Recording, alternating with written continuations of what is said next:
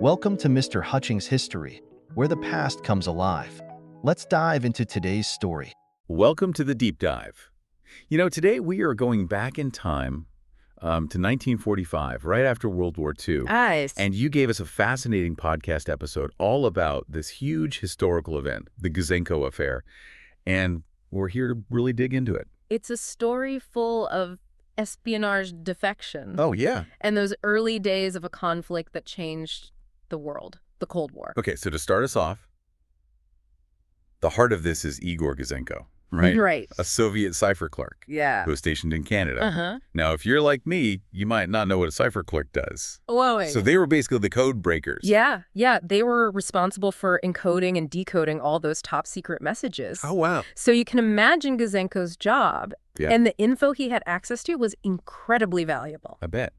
And then he defects, bringing all these secret documents with him. Exactly. That's what makes this so fascinating. Oh, yeah. He brought with him top secret documents that exposed this whole Soviet spy ring operating right here in Canada. Wow.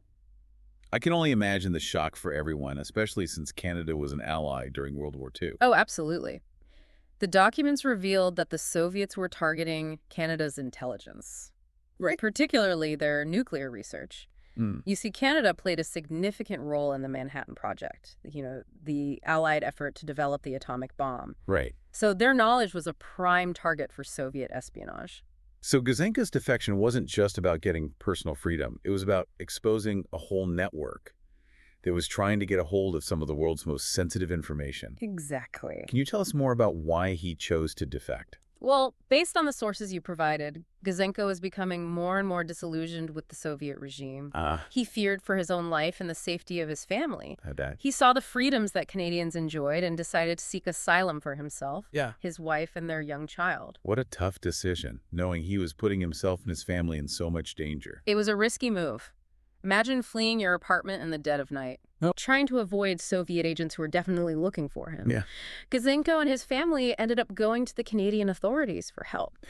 I was surprised to learn that the Canadian government wasn't so quick to believe him at first. Right. Why was that?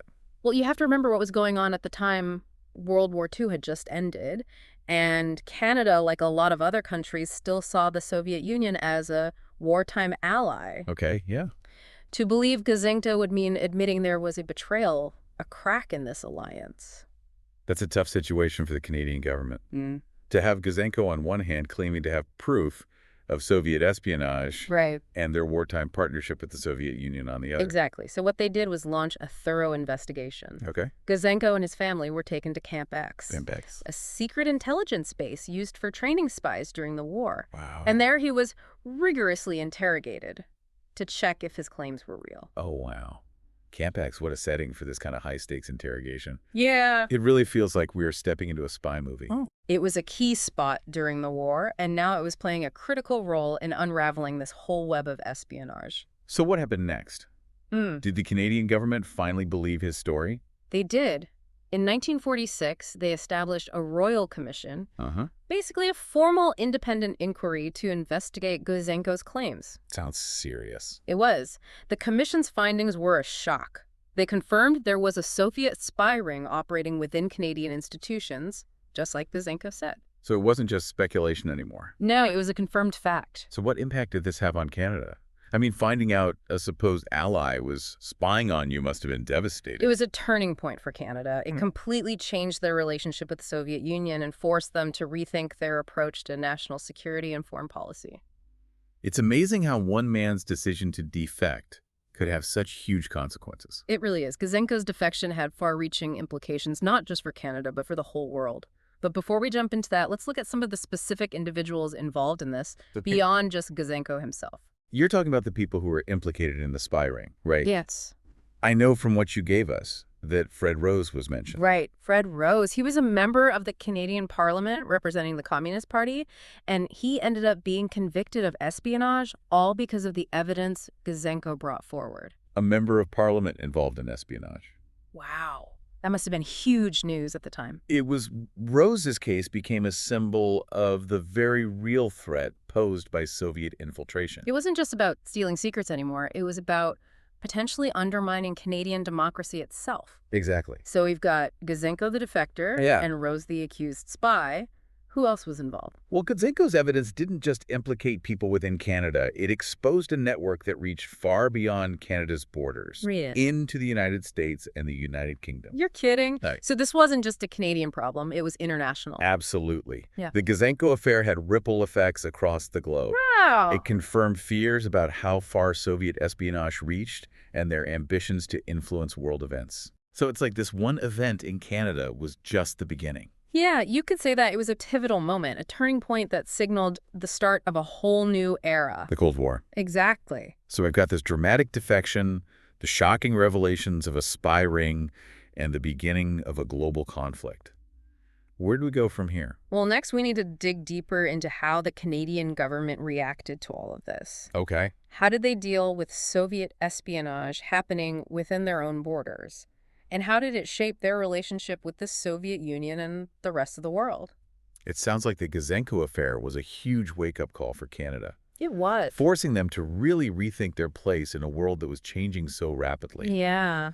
I'm ready to explore those ramifications further. Okay. But first, let's hear from our sponsors. Right. We'll be right back with more of The Deep Dive. Stay with us. Welcome back to The Deep Dive. Before the break, we were talking about the fallout from the Gouzenko affair and how it sent shockwaves through Canada. It was a major turning point. The Canadian government had to completely reevaluate their national security. Makes sense. So what did they actually do to address this new threat? Well, first off, they really ramped up their counterintelligence efforts, the RCMP, the Royal Canadian Mounted Police. Right. They were given a lot more power and resources to investigate and keep tabs on potential security threats. That makes sense. They had to be a lot more careful about identifying and stopping any more attempts at espionage. Exactly. And this led to a period of a lot more surveillance. Really? Especially focused on people and organizations that they thought might have communist ties. Remember, this was the start of the Cold War, and the fear of communist infiltration was everywhere. It's kind of unsettling to think that the Gouzenko affair had such a huge impact on Canadian society. Did this affect everyday life for Canadians? Oh, it did. This fear of communist influence really got into many aspects of Canadian life. People became more cautious about what they said politically, and there was just this feeling of suspicion, especially towards groups that leaned to the left. That's a bit scary to think about. Yeah. It's like the Gouzenko affair didn't just expose Canada to the Cold War, but also made people afraid to speak their minds. That's a good point. Sometimes national security came at the cost of individual liberties. Yeah. It's a complicated issue, and the Gouzenko affair brought that tension to the forefront. We've been talking a lot about what happened in Canada, but you said earlier that the Gouzenko affair had ripple effects around the world. Oh, for sure.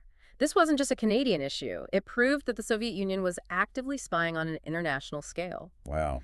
It helped solidify the Western world's view of the Soviet Union as a dangerous enemy. So it was bigger than just spies and secrets. Yeah. This one event played a part in the growing divide between the Soviet Union and the West. Exactly. The Gouzenko affair provided hard evidence of Soviet aggression and helped shape the narrative of the Cold War. It's incredible that one event in Canada had such a big impact on global politics. It is. It shows that things that seem isolated can have far-reaching consequences, especially when they tap into those larger geopolitical tensions. Now, you mentioned before that historians have different interpretations of the Gouzenko affair. Can you explain those different viewpoints? Sure. Some historians, particularly those from the post-revisionist school, argue that the Gouzenko affair forced Canada to finally deal with the Soviet threat. Okay. They believe it justifies Canada's decision to align more closely with the U.S. and other Western powers. So they see it as a necessary turning point in Canada's foreign policy. Yes. They say it was a wake-up call that pushed Canada to take a more active role in defending democracy and resisting Soviet expansionism. What about other perspectives? Are there historians who see it differently? Definitely, historians from the New Left tradition are much more critical. They argue that the fear of communism was way overblown and used to justify the suppression of leftist movements and the erosion of civil liberties. So they see it as a reason to crack down on dissent in Canada. Sort of. They point to how people in groups who were suspected of communist sympathies were persecuted, often without much evidence. They argue the Gouzenko affair created a climate of fear and suspicion that lasted a long time in Canada. It's interesting to hear these different interpretations. It shows how a single event can be seen in so many ways. Absolutely. History is complicated. It's not just black and white. It's a web of events and motivations and consequences, and the Gouzenko Affair is a great example of that. We've got the post-revisionists who saw it as a catalyst for Canada's role in the Cold War, Right. and the New Left who saw it as a way to justify political repression. Are there any other major interpretations we should consider? Yeah, the traditionalist school has a different perspective. They tend to defend what the Canadian government did, arguing it was necessary to protect national security at a time when there was a real threat. So they agree that Soviet espionage was serious, but believe that the government's actions were reasonable under the circumstances. Exactly. They emphasize the need to balance individual liberties with the need to keep the nation safe, especially during times of international tension. It's amazing how one event can create so many different points of view. Yeah. It shows how powerful the Gouzenko Affair was and how it still sparks debate even after all this time. It shows its historical significance and how relevant it still is today to our discussions about espionage, national security, and the balance between freedom and security. We've looked at the Gouzenko Affair from different angles, Yeah. from the defection itself to the investigations, the impact on Canada, and the global implications. But I'm wondering about the public's reaction. How did everyday Canadians feel about all of this as it was happening? That's a good question. Remember, this wasn't just happening behind closed doors. It was all over the news, in newspapers, and on the radio. The Gouzenko Affair was a media sensation. It captured everyone's attention and fueled anxiety about the Cold War. So this was front page news. It was. Something everyone was talking about. It must have been pretty shocking for Canadians. It was. Imagine reading in the newspaper about a Soviet spy ring operating in your own country. Yeah. It made people feel vulnerable and uncertain. The Cold War suddenly felt very real and very close to home. It must have shattered any illusions about a peaceful post-war world. Exactly. The Gouzenko Affair made Canadians face the reality of the Cold War. It fueled anxieties about communist infiltration and the potential for Soviet aggression. So it wasn't just a political or diplomatic event. It was a cultural phenomenon that shaped public opinion and added to the anxieties of the Cold War. You're absolutely right. It was in everyday conversations, it influenced pop culture, and it had a lasting impact on how Canadians saw the world. We've discussed a lot of the fear and suspicion that the Gouzenko Affair caused, but were there any positive outcomes? Did anything good come out of this whole mess? That's an interesting question. It definitely had a dark side, but it also started important conversations about national security and the need to protect democratic institutions. Okay. It led to a stronger intelligence and security system in Canada, which, even though it has been controversial at times, has played a role in safeguarding the country's interests. So in a way, the Gouzenko Affair forced Canada to become more mature as a nation, to face the complicated world of international relations and learn how to navigate this new era of global politics. You could say that it pushed Canada out of its post-war complacency and into a more active role in shaping the world. This has been a really insightful look at the Gouzenko Affair. We've covered a lot of ground. We have. From the initial defection to the global implications and the lasting effects. But before we wrap things up, I'd like to hear your thoughts on what we can learn from all this. Sure. What does the Gouzenko Affair teach us about the world we live in today? I think one of the most important lessons is that espionage is still very relevant. Yeah. And that the challenges of balancing national security with individual liberties haven't gone away. The Gouzenko Affair reminds us that threats can come from anywhere. Right. And that we have to be vigilant in protecting our democratic values.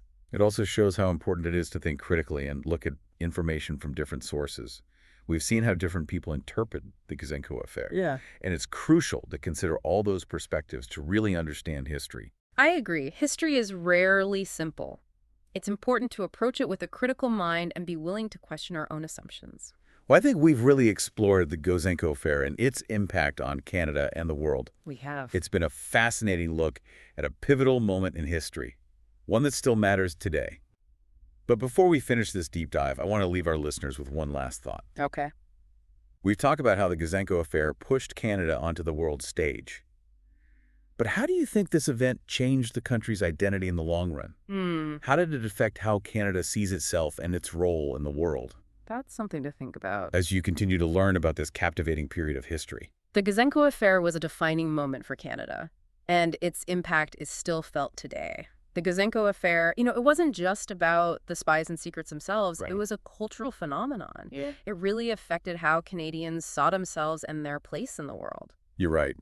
We talked about the fear, the suspicion. But in the long run, how did this event shape Canada's national identity? Well, it definitely reinforced Canada's image as a strong defender of democracy, a reliable ally of the West. Yeah. You know, this was a time when the world was divided between the communist East and the democratic West. The Gouzenko Affair really solidified Canada's position in the Western Bloc. So it kind of pushed Canada away from its historical ties to Great Britain and more towards a close relationship with the United States. Exactly. The Gouzenko Affair showed how important the partnership between Canada and the U.S. was, Right. especially when it came to defense and sharing intelligence. It also led to Canada becoming very involved in organizations like NATO, Okay. which showed their commitment to collective security.